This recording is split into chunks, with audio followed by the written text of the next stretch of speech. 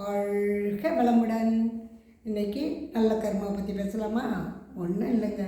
நம்ம மேலேருந்து வரும்போது சித்திரகுப்தர் கேட்பார், எவ்வளோப்பா உனக்கு அக்கௌண்ட்டில் போட அப்படின்னு. எது பணம் இல்லை, புண்ணிய அக்கௌண்ட்டும் என்ன பேட் அக்கௌண்ட்டும் எவ்வளோ போடணும்னு கேட்பார். அது அவர் சொல்லுவார், எனக்கு நல்ல கர்மாவை அதிகமாக கொடுங்க, கெட்ட கர்மாவை கம்மியாக கொடுங்க அப்படின்னு. சரி, நீ ரொம்ப சீக்கிரம் நீங்கள் ஆன்மா தூய்மை அடையா இருக்கணும், ஆனாலும் பரவாயில்லைங்க நான் அனுபவிக்கணுங்க அப்படின்வான். அப்படியா, சரி ஓகேன்னு நினச்சிடுவார். கீழே வந்த உடனே நான் பூமிக்கு வந்த உடனே என்ன ஆகிடுது, எல்லாம் மறந்து போகுது. எதுக்கு மறதி கொடுக்குறா தெரியுமா? நம்மளுக்கு தான் புண்ணியகரமா குத்துக்கிறான்னு சொல்லிட்டு ரொம்ப ஆடுவீங்க. நம்ம எது வேணாலும் செய்யுங்க, ஏன்னா பணம் கொடுத்துட்றான்ல, பணத்தை வச்சு எதை வேணாலும் சாதிக்கலான்னு அந்த இதுவில் போய்டுன்னு சொல்லிட்டு தான் அவர் மறதி கொஞ்சம் கொடுப்பாரு. இருந்தாலும் நாம் என்ன பண்ணுறோம், நல்ல வசதியான வீட்டில் வாழறோம், எல்லாம் செய்கிறோம். ஆனால் எல்லா வசதியும் இருந்தோம் அங்கே என்ன இல்லை, நல்ல கர்மா செய்ய சான்ஸு கொடுக்க மாட்டோம். பணத்தையும் கொடுத்து சாத்தானையும் கூட அனுப்புவோம். அது என்னங்க சாத்தான? ஒன்றும் இல்லை, நீங்கள் ஒன்று நல்லது செய்யணும்னு நினச்சி செய்தீங்கன்னா அது அவங்களுக்கு மட்டும்தான் நல்லதாக இருக்கும். அதே மற்றவங்களுக்கு அது துன்பமாக இருக்கும். அப்போ அது உங்களுக்கு தெரியாது. அவங்களுக்கு துன்பம் ஆகுதுன்றது எப்படி தெரியும்? நீங்கள் பணத்திலேயே வளர்ந்தால கஷ்டம்னா என்னன்னு தெரியாது, எதுவுமே தெரியாது. அப்பா அம்மா கொடுக்குறாங்க, நாம் செலவு பண்ணுறோன்னு சொல்லிட்டு ஜாலியாக செலவு பண்ணுறீங்க. அப்புறம் ஒரு வயது வரும்பொழுது தான் புரியுது நாம் என்னென்ன தவறு செஞ்சோம்னு. முதல்ல என்ன பண்ணுறா, ஸ்கூலுக்கு போகிறீங்க, எல்லாம் செய்கிறீங்க, நல்ல மார்க் எடுக்கிறீங்க, நிறைய சம்பாதிக்கிறீங்க, எல்லாம் செய்கிறீங்க. ஆனால் யாராவது ஒரு ஹெல்ப்புன்னு கேட்டால் கொடுக்க உங்களுக்கு மனசு வருதா? வரல. ஏன் அது தெரியுமா? உங்கள் அம்மா அப்பா அம்மா அது மாதிரி வளர்க்கலை.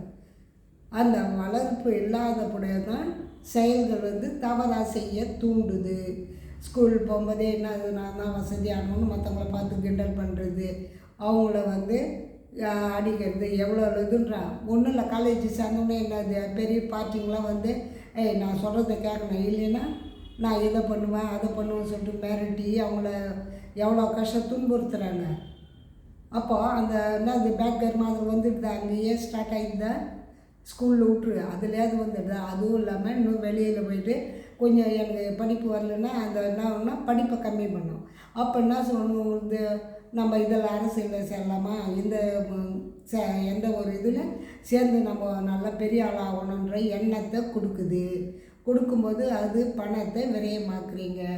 விரயமாக்க சொல்ல நான் இன்னொருத்தரோட கடை வாங்கி நம்மகிட்ட இருக்கிற ஜாலியாக செலவு பண்ணிட்டேன், அப்புறம் நான் கடை வாங்கினா போகுது, இதில் ஜெயிச்சு கவுன்சிலராக ஜெயிச்சுட்டா கொடுத்துட்டா போகுது அப்படின்னு ஒவ்வொரு பதவிக்கும் பணத்தை வச்சு உங்களை அது ஆட்டி படிக்குது.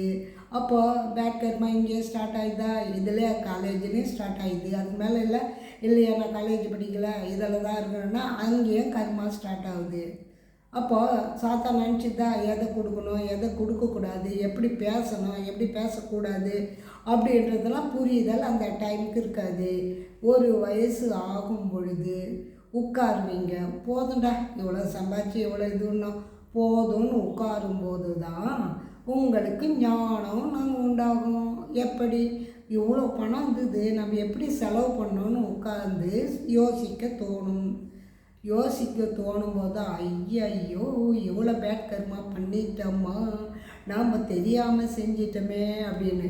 ஏன் தெரியாமல்? தெரியும், பணம் தான் இருக்குதுன்ற ஒரு திமிரில் நீங்கள் செலவு பண்ணி அதோட கஷ்டம் நஷ்டம் புரியாமல் எல்லாரையும் மனசு கஷ்டப்படுற மாதிரி பேசுகிறதும், மற்றவங்களை அட்டூழியம் பண்ணுறதும் கொலை பண்ணுறதும் எல்லாம் எதனால்? இந்த பேட் கர்மாவில். இதெல்லாம் கழிக்கிறதுக்கு தான் அடுத்த இது எனக்கு கம்மியாக கொடுன்னு கேட்காதீங்க, எனக்கு அதிகமாக கொடுங்க, ஏன் ஆன்மா தூய்மை ஆகணும் அப்படின்னு சொல்லிட்டு கேட்டிங்கன்னா அந்த சித்திரகுப்தர் கரெக்டாக உங்களுக்கு எதை எங்கே எப்படி கொடுக்கணுன்றதை கொடுப்பாரு. இதை நாளைக்கு தொடரும். வாழ்க வளமுடன்.